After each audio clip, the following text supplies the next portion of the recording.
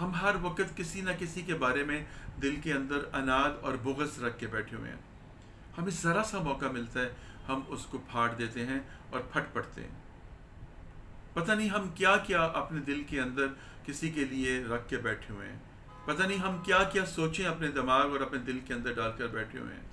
ان تمام سوچوں، ان تمام باتوں کا مرکز اور محور ایک شخص کو بنا لیتے ہیں ہم، اور پھر ہم اسی کے گرد ہوتے رہتے ہیں. اور گلہ ہم اپنی زندگی سے کرتے ہیں. زندگی ہمیں زہر لگنی شروع ہو جاتی ہے، زندگی ہمیں بری لگنی شروع ہو جاتی ہے، اور اس کا قصور ہم دوسروں کو دیتے ہیں کہ اس کی وجہ سے میری زندگی کی خوشیاں ختم ہو گئی ہیں. آپ کسی سے محبت کرتے ہیں، جب وہ آپ سے بات نہیں کرتا تو آپ کے دل میں اس کے لیے جو ہے غصہ، اناد اور انا آ جاتی ہے. آپ بھی اس سے بات کرنا چھوڑ دیتے ہیں.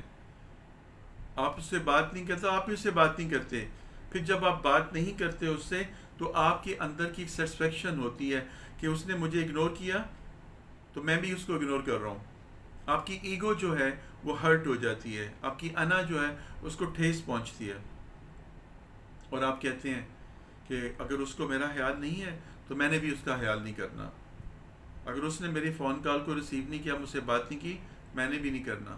میں اسے ملنے کے لیے گیا، اس نے مجھ سے ملنے سے انکار کر دیا، میں نے بھی اس کے ساتھ ایسا ہی رویہ رکھنا ہے. تو یہ بغض، یہ اناد، یہ کینہ ہم اپنے دل کے اندر ڈال کر ان رشتوں سے محروم ہو جاتے ہیں، دوری اختیار کر لیتے ہیں. تو یہ بھی ہمارے دل کے اندر ایک میل پیدا کرنے کا سبب بنتا ہے. کسی کے پاس بہت دھن دولت ہے، بہت پیسہ ہے، اور جب وہ زندگی کی آسائش والے معاملات کو لے کر انجوائے کر رہا ہوتا ہے، ہم اس کو دیکھ کر کڑتے رہتے ہیں.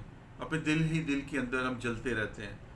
ہمارے اندر ایک آگ، ایک آنچ کی طرح دہکتی رہتی ہے، اور ہم ہمہ وقت اس سوچ کے اندر رہتے ہیں کہ اس کے پاس اتنا سب کچھ ہے، میرے ہی نصیب جلے ہوئے ہیں، میری ہی قسمت بری ہے کہ میرے پاس ایسا نہیں ہے. پھر ہم اس کی بیک گراؤنڈ میں جانا شروع کر دیتے ہیں، اس کے پیسے کے حصول کو دیکھتے ہیں کہ اس کو پیسہ کیسے ملا، آج سے 15 سال پہلے، 20 سال پہلے یہ کیا تھا. پھر ہم کسی کو تلاش کرتے ہیں اس کی برائی کرنے کے لیے کہ میں اس کو جانتا ہوں، یہ پہلے یہ ہوتا تھا، اب یہ ہو گیا. کوئی بہت نیک ہو گیا ہے، کوئی بہت اللہ والا ہو گیا ہے، کوئی بہت اہل علم ہو گیا ہے، بہت بڑا پروفیسر بن گیا ہے، بڑا ایجوکیشن کے اندر اس نے ایک نام کما لیا ہے، کسی اچھی سیٹ پہ پہنچ گیا ہے. ہم اس کی بیک گراؤنڈ کو دیکھنا شروع کر دیتے ہیں کیونکہ ہم خود وہاں تک نہیں پہنچ پائے ہوتے، اور یہ چیز ہمارے لیے تکلیف کا باعث بنتی ہے. تو ہم اپنے دل کے اندر میل کو بھرتے جاتے ہیں، اپنے دل کے اندر سیاہی کو بھرتے جاتے ہیں. الغرض ہمیں کوئی مایوس کر دے، ہم نے کسی سے کسی چیز کا تقاضا کیا ہے اور وہ پورا نہیں کر سکا، تو ہمارے دل میں اس کے لیے میل آ جائے گا، رنجش آ جائے گی. ایک خاندان کے اندر آپ ایک پارٹی بازی بنا کر بیٹھ گئے ہیں، اس میں 4 بندے ادھر ہیں، 4 بندے ادھر ہیں. اب آپ ایک دوسرے کی لیگ پولنگ پہ شروع ہو جاتے ہیں، اس کو نیچا دکھانے کے لیے کوشش کرتے ہیں. ایک گھر کے اندر بہن بھائی آپس میں ایک دوسرے کو نیچا دکھانے کی کوشش کرتے ہیں. ایون کہ ماں باپ بھی جو ہیں ان کی بھی پرائرٹیز جو بدل جاتی ہیں. پیسہ، آسائش، آسانی بہت ساری باتوں کا منہ بند کر دیتا ہے، لیکن یہ حل نہیں ہے.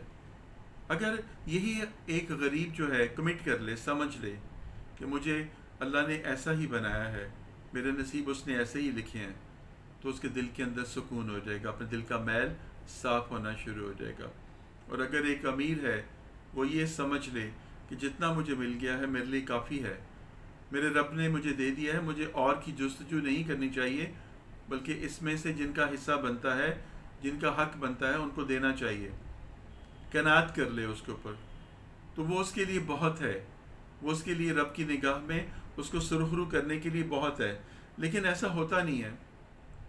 خوبصورتی، بدصورتی، یہ سب چیزیں ہم کمپیئر کرتے ہیں. جسامت، موٹاپا، سلم سمارٹ ہونا، یہ سب ہر ایک کی خواہش میں شامل ہے. مرد ہے یا عورت ہے، وہ اپنے آپ کو پرفیکٹ فگر میں رکھنا چاہتے ہیں، لیکن اس کے لیے دوسرے کسی کو دیکھ کر ہم بجائے محنت کرنے کے، ہم اپنے دل میں اس کے لیے میل رکھ لیتے ہیں، اور اس کی بیماری کی، اس کے چوٹ لگنے کا ہمیں انتظار ہوتا ہے.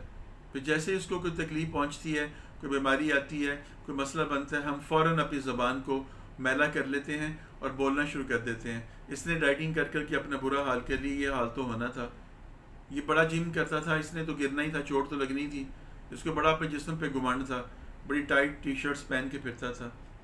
تو یہ ساری باتیں آپ کے دل کا بغض ہے، میل ہے. تو یہ اس کو دور کرنے کی ضرورت ہے. یہ دور کیسے ہوگا؟ اپنے حالات کے ساتھ سمجھوتا کر لینے سے، جو رب نے آپ کو دے دیا ہے اس پہ توکل کر لینے سے، جو نہیں ملا اس کی خواہش کرنے سے، کوشش کرنے سے رب و نواز دیتا ہے. اللہ کہتا ہے کہ مجھے شرم آتی ہے کہ جب میرے سامنے کوئی ہاتھ پھیلاتا ہے تو میں اسے خالی لوٹا دوں، میں کچھ نہ کچھ دے دیتا ہوں. اور اگر تمہاری خواہش کو میں نے پورا نہیں کیا تو اس وقت ابھی میں اس کو ضروری نہیں سمجھ رہا.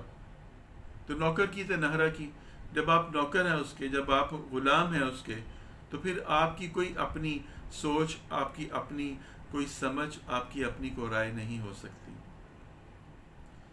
تو میں آپ سے صرف یہ ریکویسٹ کرنا چاہتا ہوں کہ اپنے من کا میل دور کیجئے.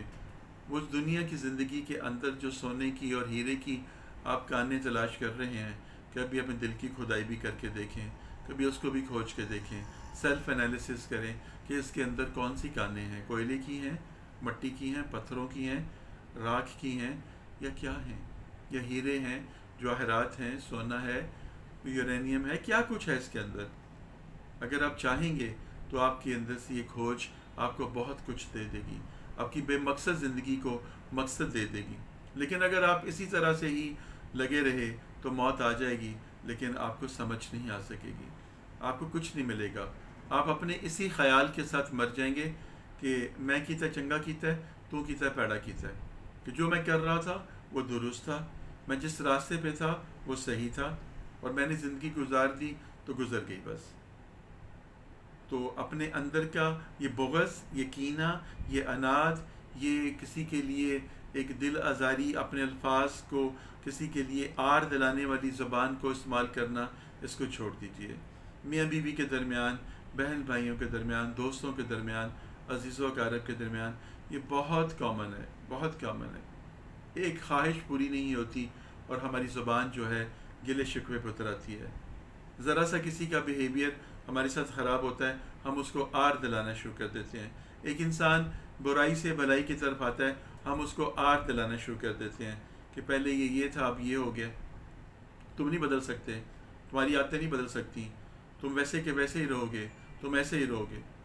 تو یہ اس کے اندر کے اس انسان کو توڑ دیتا ہے. تو زندگی میں اپنے آپ کو آگے کی طرف منہ کیجیے، اللہ کی مرضی کے ساتھ، اللہ کے فیصلوں پر راضی ہو کر. جو راضی بر رضا ہو جاتا ہے نا، تو اس سے رب راضی ہو جاتا ہے، اور رب راضی تو جگ راضی. امید ہے آپ کو میری ایک مختصر سی بات پسند آئی ہوگی، اور اگر آپ کو پسند آئے تو اس پہ عمل کی کوشش کیجیے اور اس کو آگے بھی دوستوں تک پہنچائیے. فی امان اللہ.